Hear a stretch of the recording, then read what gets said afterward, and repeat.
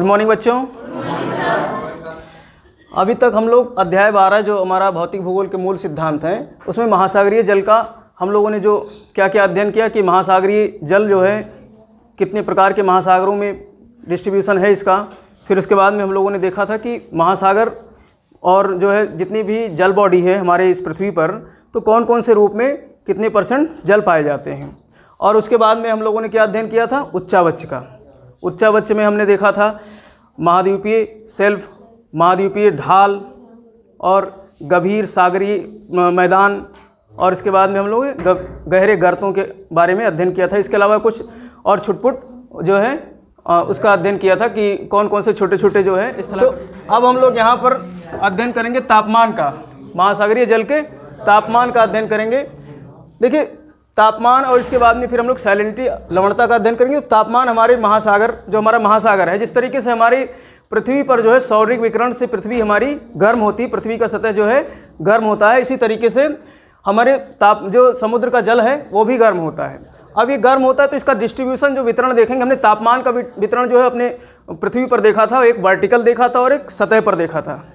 यानी वायुमंडल में हमने तापमान को देखा था किस तरीके से वायुमंडल का वितरण पाया जाता है, उसी तरीके से हमने धरती पर विषुवत रेखा से और उच्च अक्षांशों तक ध्रुवों तक का वितरण देखा था।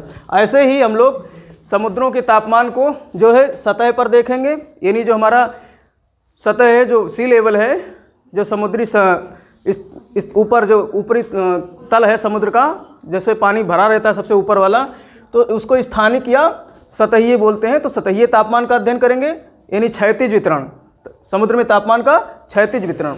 और दूसरा है ऊर्ध्वाधर, यानी गहराई में नीचे जाएंगे तो तापमान की क्या स्थिति है, किस हिसाब से तापमान घटता बढ़ता है, तो ऊर्ध्वाधर दिया, इसको अंग्रेजी में वर्टिकल बोलते हैं। ये जो है सतहीय हो गया, सतहीय मतलब जो है हॉरिजॉन्टल डिस्ट्रीब्यूशन, मतलब आपका जो है भूमध्य रेखा से और ध्रुवों तक का समुद्रों में तापमान का जो है तापमान की क्या स्थिति है, और वर्टिकल यानी ऊर्ध्वाधर।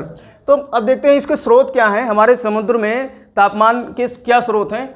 ये तो सबसे महत्वपूर्ण स्रोत है जो सौर ऊर्जा, सबसे महत्वपूर्ण स्रोत यही है सौरिक विकिरण या जो अपना हमारा सोलर रेडिएशन, जो सूर्य से किरणें आती हैं, ये किरणें जो सूर्य से आ रही पृथ्वी पर पहुंचती हैं तो स्थल और जल दोनों को गर्म करती हैं।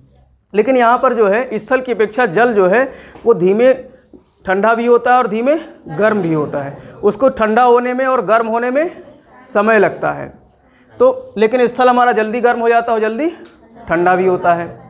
तो यहाँ पर ये चीज़ ध्यान रखना है। और ये इसके गर्म होने का सबसे बड़ा स्रोत क्या है, सौरिक विकिरण या सौरिक ऊर्जा। और दूसरा है ज्वालामुखी क्रिया, वाल्केनिक जो है इरप्शन, जो ज्वालामुखी क्रिया होती है समुद्रों में जो होती है, तो समुद्र की क्रिया से जो ज्वालामुखी क्रिया होती है तो समुद्र उसका चैम्बर जो लावा चैम्बर है वहाँ से मैग्मा निकलता है, मैंने बताया था मैग्मा चैम्बर, जहाँ से मैग्मा निकलता है, और उस मैग्मा का तापमान 1000 डिग्री सेल्सियस के आसपास रहता है, जो कि समुद्र में आकर समुद्र के पानी को आकर के क्या करता है, गर्म करता है। लेकिन ये सब जगह ये प्रक्रिया नहीं है, लेकिन सौरिक विकिरण जो है ये ज़्यादा प्रभाव डालता है हमारे पानी को गर्म करने में, उसके तापमान को बढ़ाने में। तो अब हम देखेंगे तापमान वितरण को प्रभावित करने वाले कौन कौन से कारक हैं। तापमान वितरण को किस पर, समुद्र पे जो महासागर हैं उसके तापमान के वितरण को कौन कौन से कारक हैं जो प्रभावित करते हैं। पहला कारक हमारा है अक्षांश। अक्षांश हमने 0 डिग्री के अक्षांश को विषुवत रेखा कहते हैं, और उसके ऊपर जाते हैं उच्च अक्षांश, चाहे उत्तर में जाए चाहे दक्षिण में जाए।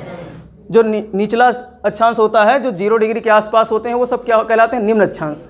और जो ऊपर बढ़ते जाते हैं उच्च अक्षांश, यानी इनकी संख्या बढ़ती जाती है, 0 डिग्री से 90 डिग्री तक जाएंगे तो उच्च अक्षांश की तरफ हम बढ़ते हैं। तो देखिए हमने बताया था जब हम वायुमंडल का अध्ययन कर रहे थे जलवायु विज्ञान में, तो हमने बताया था कि सूर्य हमारा जो है वो कर्क और मकर रेखाओं के बीच ही रहता है, कर्क और मकर रेखाओं के बीच। और कर्क रेखा उत्तर में 23.5 डिग्री अक्षांश की रेखा है और मकर रेखा दक्षिण में 23.5 डिग्री की अक्षांश रेखा है। सूर्य इसी के बीच रहता है।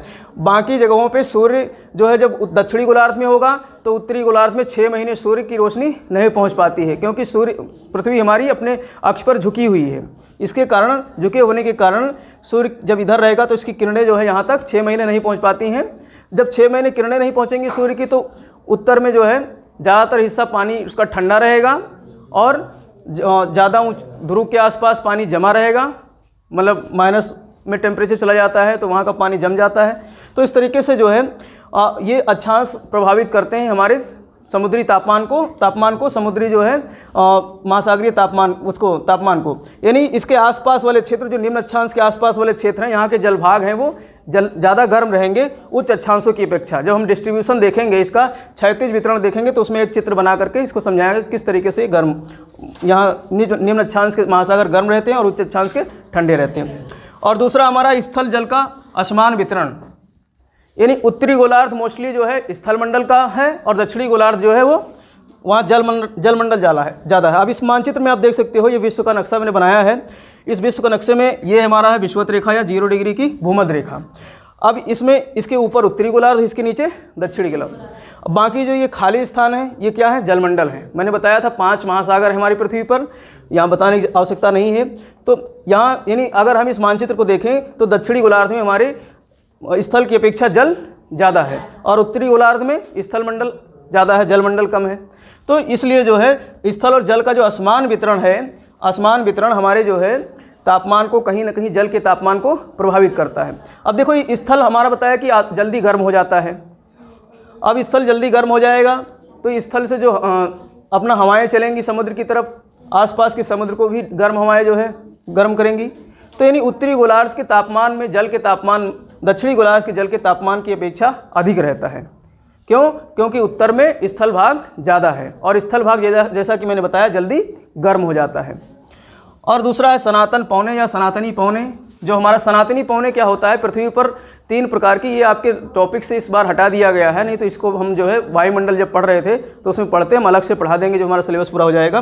तो ये पृथ्वी पर 3 प्रकार की ग्रहीय पौने बहती हैं, मैंने बताया भी है वैसे, जिसमें पहला है आपका व्यापारिक या ट्रेड विंड्स, और दूसरा है पछुआ हवाएं वेस्टर्ली या वेस्टर्न विंड्स बोलते हैं, और तीसरा हमारा है पोलर विंड्स या ध्रुवीय पौने। तो इन तीनों पौनों को क्या कहते हैं, सनातनी पौने। पृथ्वी पर 3 प्रकार की सनातनी हवाएं बहती हैं। सनातनी मतलब जो बहुत समय से बह रही हैं और ये पृथ्वी पर सतत हैं, मतलब ये इनमें कोई जो है अंतर नहीं आता, ये बहती रहती हैं।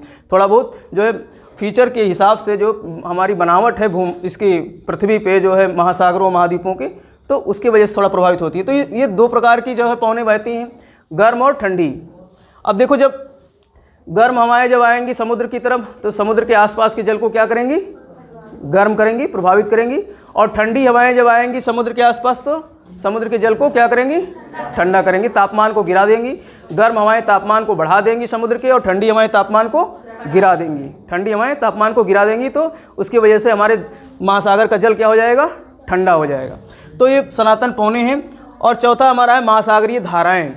महासागरीय धाराएं 2 प्रकार की, जो धाराएं क्या हैं, समुद्र में बहने वाली जो है समुद्री जल, जो जिस तरीके से नदियां हमारी पृथ्वी पर बहती हैं इसी तरीके से समुद्र का जल जो है, महासागरों का जल भी जो है नदियों की भांति बहता रहता है। तो उस बहते हुए धारा को, बहते हुए जल को क्या कहते हैं, जलधारा। क्या कहते हैं, जलधारा, समुद्री जलधारा। तो समुद्री जलधारा 2 प्रकार के हैं, गर्म जलधारा और ठंडी जलधारा। जब विषुवत रेखा से समुद्री जलधारा चाहे उत्तर में जाए चाहे दक्षिण में जाए तो वो जलधारा कैसी होगी, गर्म होगी। जैसे यहाँ से जलधारा ऐसे जा रही तो ये क्या होगी, गर्म होगी। और जब भूमध्य उत्तरी ध्रुव या दक्षिणी ध्रुव से आएगी हम जलधारा तो वो क्या होगी, ठंडी होगी। अब गर्म जलधारा जब जिस स्थान के पास पहुँचेगी सतह के, उसके आसपास के तापमान, जल के तापमान को क्या करेगी, बढ़ा देगी। जैसे यहाँ पर एक जलधारा बहती है जिसको बोलते हैं गल्फ स्ट्रीम, जिसको क्या कहते हैं, गल्फ स्ट्रीम। ये उत्तरी अटलांटिक महासागर में बहने वाली एक गर्म जलधारा है और ये फ्लोरिडा से होकर के फिर यहाँ से ये टकरा करके फिर ये निकल जाती है यूरोप की तरफ, ये निकल जाती है यूरोप की तरफ। तो ये यूरोप की तरफ चली जाती है और ये गर्म है, इसका नेचर क्या है, गर्म है। और यहाँ पर जो है ये उच्च अक्षांश है, यहाँ का तापमान क्या रहता है, कम रहता है, लेकिन तापमान कम रहने के कारण यहाँ का समुद्र का जल क्या होगा, ठंडा होगा। लेकिन ये गर्म जलधारा यहाँ जब पहुँचेगी तो यहाँ के समुद्र के तापमान को क्या कर देगी, गर्म कर देगी। तो यहाँ का तापमान क्या हो जाता है, बढ़ जाता है। तो गर्म जलधारा जो है जिस भी स्थान पर समुद्र में पहुँचती है उसके आसपास के तट को गर्म करती है और महासागर को भी गर्म करती है। और एक उत्तरी ध्रुव से एक ठंडी जलधारा आती है जिसका नाम है लेब्राडोर। एक उदाहरण मैं बता रहा हूँ, ऐसे बहुत सारी जलधाराएं हैं। जब हम जलधारा पढ़ेंगे समुद्र में, आगे चैप्टर है तो उसमें सब समझाएंगे। एक लेब्राडोर आती है, ये ग्रीनलैंड है, ग्रीनलैंड और कनाडा के बीच से जो हमारा ये चैनल है, इस चैनल से एक जलधारा आती है जिसको बोलते हैं लेब्राडोर की ठंडी जलधारा। तो लेब्राडोर की ठंडी जलधारा जब आती है तो यहाँ पर जो गर्म स्थान है यहाँ भी जो है उसको ठंडा कर देती है। यहाँ के गर्म स्थान को जो पूर्वी कनाडा और पूर्वी यूएसए का भाग है उसको ठंडा कर देती है। और कभी कभी क्या अक्सर ये होता है कि गर्म और ठंडी जलधारा जब आपस में मिलती हैं, तो मैंने एक जलवायु में पढ़ाया था, चाहे वो हवाएं गर्म और ठंडी मिले चाहे जलधाराएं गर्म और ठंडी मिले, विपरीत स्वभाव वाली हवाएं जब मिलती हैं तो वहाँ पर क्या बनता है, वाताग्र बनता है। हमने वाताग्र वर्षा की बात की थी ना, तो यहाँ भी समुद्र में जो है वाताग्र बन जाता है, फोग बन जाता है, कोहरा बन जाता है। और इसके कारण जो है यहाँ पे रहने वाले फाइटोप्लैंक्टन्स और जीव जंतुओं को बहुत फ़ायदा होता है। यहाँ फाइटोप्लैंक्टन्स जो समुद्र में पेड़ पौधे होते हैं उसको फाइटोप्लैंक्टन्स बोलते हैं, और उस फाइटोप्लैंक्टन्स को खा करके यहाँ की समुद्री मछलियाँ और जीव जंतु खूब पलती जो हैं बड़ी होती हैं। तो ये वाला क्षेत्र समुद्री मतलब ये वाला क्षेत्र जो है मत्स्य पालन के लिए बहुत जाना जाता है। ये क्षेत्र सब जो है मछली उत्पादन के लिए बहुत फेमस है। जब हम सेकेंडरी में पढ़ेंगे तो सारा चर्चा करेंगे, इसलिए फर्स्ट ईयर में ये सब समझना बहुत ज़रूरी है। जब भी आप सेकेंड ईयर में आप इसको अप्लाई कर सकते हो, समझ सकते हो। महासागरीय धाराएं हो गई। तो इस तरीके से ये जो है ये सारी चीज़ें क्या हैं जो हमारे पृथ्वी पर जो महासागर हैं उनको जो है उनके तापमान को प्रभावित करते हैं। और एक चीज़ और है, निम्न अक्षांश के जो परिवेष्टित समुद्र हैं, परिवेष्टित मतलब जो चारों तरफ से स्थल से घिरे होते हैं, बंद होते हैं, उनको क्या कहते हैं, परिवेष्टित। तो परिवेष्टित समुद्रों का जो तापमान होता है खुले सागर की अपेक्षा, खुले महासागर की अपेक्षा अधिक होता है। ये निम्न अक्षांश मतलब यहाँ के आसपास, यहाँ जो बंद सागर है, जैसे ये हो गया बंद सागर हो गया, ये हो गया थोड़ा बंद सागर, यानी तीन तरफ से स्थल से घिरा हुआ है। तो ये सब क्या होते हैं, स्थल भाग गर्म हो जाता है, स्थल भाग गर्म होकर के इस समुद्र का तापमान बढ़ जाता है, और खुले क्षेत्र का समुद्र है उसका तापमान अपेक्षाकृत कम रहता है। और इसके विपरीत उच्च अक्षांश में जो परिवेष्टित यानी बंद सागर हैं उनका तापमान कम रहता है, खुले की अपेक्षा। खुले का ज़्यादा रहता है और बंद का कम रहता है, क्योंकि यहाँ पर स्थल पर तापमान कम हो जाता है। सूर्य की किरणें तिरछी पड़ती हैं तो स्थल भाग हमारा ठंडा रहता है, तो उसके कारण जो बंद समुद्र हैं उनका तापमान भी कम हो जाता है। और खुले सागर में जल अधिक है। हमने बताया कि जल जल्दी गर्म भी नहीं होता और जल्दी ठंडा भी नहीं होता है, तो इसलिए जो है खुले जल का तापमान अधिक रहता है उच्च अक्षांशों में, परिवेष्टित की अपेक्षा, जो बंद सागर हैं उनकी अपेक्षा। ये एक महत्वपूर्ण जो है बात थी, इसको हमने यहाँ बताया। हम लोग तापमान का ऊर्ध्वाधर वितरण देखेंगे। ऊर्ध्वाधर यानी कि समुद्र में, महासागर में वर्टिकल डिस्ट्रीब्यूशन तापमान का क्या है, यानी सतह से जब हम नितल की तरफ जाते हैं, नितल मतलब बॉटम जो हमने बताया था, बॉटम जो सतह है हमारी, जो ऊपरी सतह जिस पर नाव वगैरह तैरते हैं उसको सतह बोलते हैं समुद्र का। और जब वहाँ से हम नितल की तरफ जाते हैं गहराई में, तो वहाँ तक तापमान हमारे समुद्र का कैसा रहता है, महासागरों का, इसका हम वितरण देखेंगे, डिस्ट्रीब्यूशन देखेंगे। तो यहाँ पर देखिए एक चित्र आप देख सकते हैं, ये हमने समुद्र का एक वर्टिकल जो है चित्र बनाया है, वर्टिकल यानी लंबवत। किसी एक समुद्र महासागर के किसी एक स्थान का मैंने जो है ऊपर से लेकर के और नीचे तक का पूरा एक क्रॉस सेक्शन बना लिया है, तो ये परिच्छेदिका बना लिया है। अब इसमें हमने जो है तापमान के 3 परतों में इसको बांटा जा सकता है। तापमान की 3 पेटियाँ या परत देखने को मिलती हैं यहाँ पर, ठीक है। सबसे ऊपरी परत है, मध्य परत है और तीसरी परत है निचली परत। अब देखते हैं इसमें हमने एक तरफ जो है 0 डिग्री से लेकर के 24 डिग्री सेल्सियस तापमान को देखा है। ये तापमान हमारा ये आरोही क्रम में है, जो इधर से बढ़ते क्रम में है। और यहाँ पर ऊंचाई गहराई दी हुई है, यहाँ पर 0 किलोमीटर यानी जो सी लेवल है, समुद्र की सतह जो है जहाँ से सी लेवल नापते हैं उसको 0 किलोमीटर मानते हैं ना, और 0 मीटर या 0 किलोमीटर। फिर वहाँ से ये हम गहराई में मीटर में हमने एक पैमाना ले लिया है, तो ये जो है 4500 मीटर तक की गहराई का हमने क्रॉस सेक्शन बनाया है। अब इसमें देखते हैं जो पहली परत है, पहली परत में ये गर्म महासागरीय जल की सबसे ऊपरी परत है, ये सबसे ऊपरी परत है गर्म महासागरीय जल की। अब इसमें देखो तापमान, अगर इधर से हम जाएंगे तो तापमान जो है 24 से 25 के बीच इसका तापमान रहता है, 24 से 25 तक इसका तापमान रहता है। और गहराई लगभग 500 मीटर तक है इसकी, जो औसत गहराई है लगभग कितनी है, 500 मीटर तक है। और यहाँ तक तापमान अच्छा खासा रहता है, यानी लगभग, लेकिन सूर्य की हमारी जो रोशनी है वो सिर्फ 200 मीटर तक गहराई तक प्रवेश कर पाती है। सब पानी में सूर्य की जो रोशनी है, ताप है, ऊष्मा है, वो ज़्यादातर कहाँ तक पहुँच पाती है, 200 मीटर तक। तो उसको बोलते हैं फोटिक जोन। क्या बोलते हैं, फोटिक जोन या प्रकाशित जोन, जहाँ पर प्रकाश पहुँच पाता है उसको फोटिक जोन या प्रकाशित जोन बोलते हैं। और ये हमारे महासागर में 200 मीटर की गहराई तक रहता है।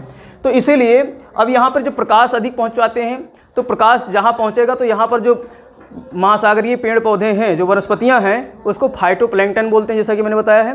तो ये पेड़ पौधों को अब भाई इनको जो है ऊष्मा चाहिए, सूर्य की रोशनी चाहिए अपना भोजन बनाने के लिए। तो यहाँ पर अच्छे खासे फाइटोप्लैंक्टन्स पाए जाते हैं। कौन से मंडल में? पहले परत में। पहले परत में वनस्पतियाँ बहुत ज़्यादा पाई जाती हैं समुद्री, क्योंकि यहाँ पर फोटिक जोन है, समुद्र उसकी सूर्य की किरणें प्रवेश कर जाती हैं, सूर्य का ताप और सूर्य की रोशनी यहाँ तक प्रवेश कर जाती है। तो जीव जंतुओं के लिए आगार माना जाता है। पेड़ पौधे जब होंगे अच्छे खासे तो वहाँ पर अधिक मात्रा में जीव जंतु भी समुद्री पाए जाती हैं। और दूसरा हमारा जो परत है वो, और इसकी मोटाई, हाँ मोटाई बता दिया मैंने, लगभग 500 मीटर तक है पहली परत की। तापमान 20 डिग्री से 25 डिग्री सेल्सियस के बीच रहता है। आप ये रेखा देख सकते हो ना, ये यहाँ 20 डिग्री सेल्सियस, यहाँ 24 डिग्री सेल्सियस है। तो इसी के आसपास जो है यहाँ पर तापमान रहता है। और दूसरी परत है हमारी, जिसको थर्मोक्लाइन परत भी बोलते हैं, ताप प्रवणता परत या थर्मोक्लाइन परत। थर्मोक्लाइन का मतलब होता है समुद्र में अचानक तापमान का गिरावट आ जाए, अचानक तापमान में एकदम से गिरावट आ जाए तो उसको बोलते हैं थर्मोक्लाइन या ताप प्रवणता बोलते हैं। प्रश्न आएगा लिखने के लिए 2 नंबर का, थर्मोक्लाइन किसे कहते हैं या ताप प्रवणता किसे कहते हैं। हिंदी में लिख देगा थर्मोक्लाइन, वैसे इंग्लिश शब्द है, और हिंदी में इसको कहते हैं ताप प्रवणता। ताप प्रवणता का मतलब ढाल, तापमान का ढाल, वो भी घट रहा है यहाँ पे, मतलब बढ़ेगा घटेगा, दोनों को थर्मोक्लाइन बोलते हैं। लेकिन यहाँ पर तापमान जो है जैसे ही 500 मीटर से आगे बढ़ते हैं एकदम से तापमान इधर आ रहा है, यानी जीरो की तरफ आ रहा है ना, इधर जाता तो बढ़ता, जीरो की तरफ आ रहा है। तो इस प्रवणता में तापमान बहुत तेज़ी से घटता है, कम होता है। तो इसको ताप प्रवणता या थर्मोक्लाइन परत भी बोलते हैं। इसकी मोटाई 500 से लगभग 1000 मीटर तक है, 500 से 1000 मीटर तक इसकी मोटाई है, ठीक है। तो ये ताप प्रवणता, और इसे संक्रमण पेटी भी बोलते हैं। संक्रमण पेटी में हमने बताया था क्या होता है कि ऊपरी मंडल और निचले मंडल दोनों के जो है विशेषताएं मिश्रित पाई जाती हैं, तो इसीलिए ये संक्रमण पेटी भी इसको कहते हैं। अगला है हमारा तीसरी परत, और इसको ये सबसे नीचे भाग में है, इसलिए इसको निचली परत भी कहते हैं। इसकी जो ये जैसे कि ये ऊपरी परत बहुत गर्म था और निचली परत क्या है, बहुत ठंडी है, क्योंकि यहाँ पर जो है तापमान कम पहुँच पाता। देखो समुद्र का जल जो है वो कैसे गर्म होता है, कन्वेक्शन द्वारा, धाराओं द्वारा। जब ऊपर का पानी गर्म हो जाएगा तो वो हल्की होकर के एक तरफ फैल जाएगी और नीचे का ठंडा पानी फिर ऊपर आता है। तो इस तरीके से कन्वेक्शन धाराएं चलती हैं, उसके कारण समुद्र का पानी गर्म होता है। मैंने एक उदाहरण से भी पहले बताया था। तो अब यहाँ तक जो है कन्वेक्शन धाराएं बहुत कम चल पाती हैं, तो ये इस परत में तापमान बहुत जो है कम रहता है और गिरावट भी कम आती है। इसलिए इस रेखा को आप देख सकते हो सीधे आ रही है, यानी यहाँ पर तापमान 0 डिग्री के आसपास रहता है, 0 से 4-5 डिग्री के आसपास इस मंडल में तापमान रहता है। तो अब ये लगातार गहराई तक ऐसे ही रहता है, गहराई तक ऐसे ही रहता है। ऐसा नहीं कि गहराई में जा करके तापमान माइनस में चला जाएगा और वहाँ बर्फ़ जम जाएगी नीचे, ऐसा नहीं है, क्योंकि पानी का स्वभाव क्या होता है, वो हमेशा जो है कन्वेक्शन धाराओं के उसे मिश्रित होती रहती। तो ये निचली परत है गहराई वाली, इसमें तापमान में बहुत कम परिवर्तन देखने को मिलता है और ये सबसे भारी परत है। अब पानी इसका गर्म ठंडा रहेगा तो ये इसमें जो है घनत्व ज़्यादा होगा, और पानी जब हल्का हो जाएगा तो उसका घनत्व कम हो जाता है, तो इसलिए भारी घनत्व वाले ये मंडल होता है। तो ये हमने देख लिया जो है ऊर्ध्वाधर। अब हम लोग देखेंगे तापमान का क्षैतिज वितरण या हॉरिजॉन्टल डिस्ट्रीब्यूशन। हॉरिजॉन्टल डिस्ट्रीब्यूशन देखते हैं सतह का, जो हमारे सतह यानी कि जो तल है, ऊपरी तली है पूरे सागर का, तो उसका औसत तापमान लगभग कितना है, 27 डिग्री सेल्सियस।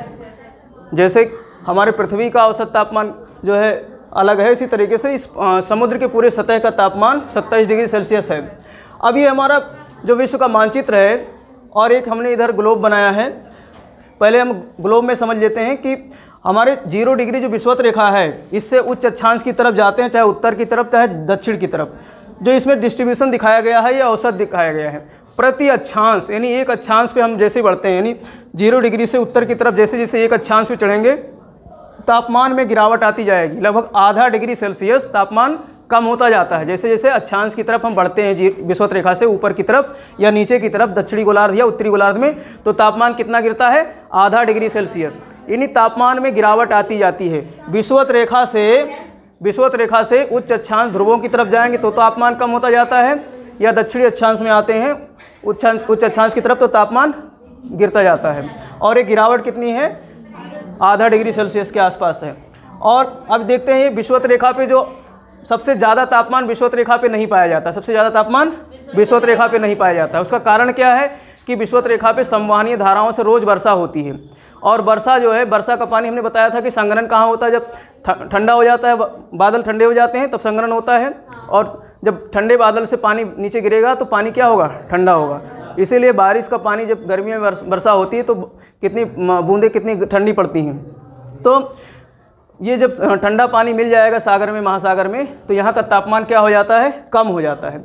लेकिन जो 20 डिग्री 23 डिग्री के आसपास वाला जो हमारा अक्षांश रेखा है, जहाँ पर ज़्यादातर मरुस्थल पाए जाते हैं गर्म, वहाँ पर तापमान अधिक रहता है, क्योंकि वहाँ का आकाश खुला रहता है, बादल नहीं होते हैं।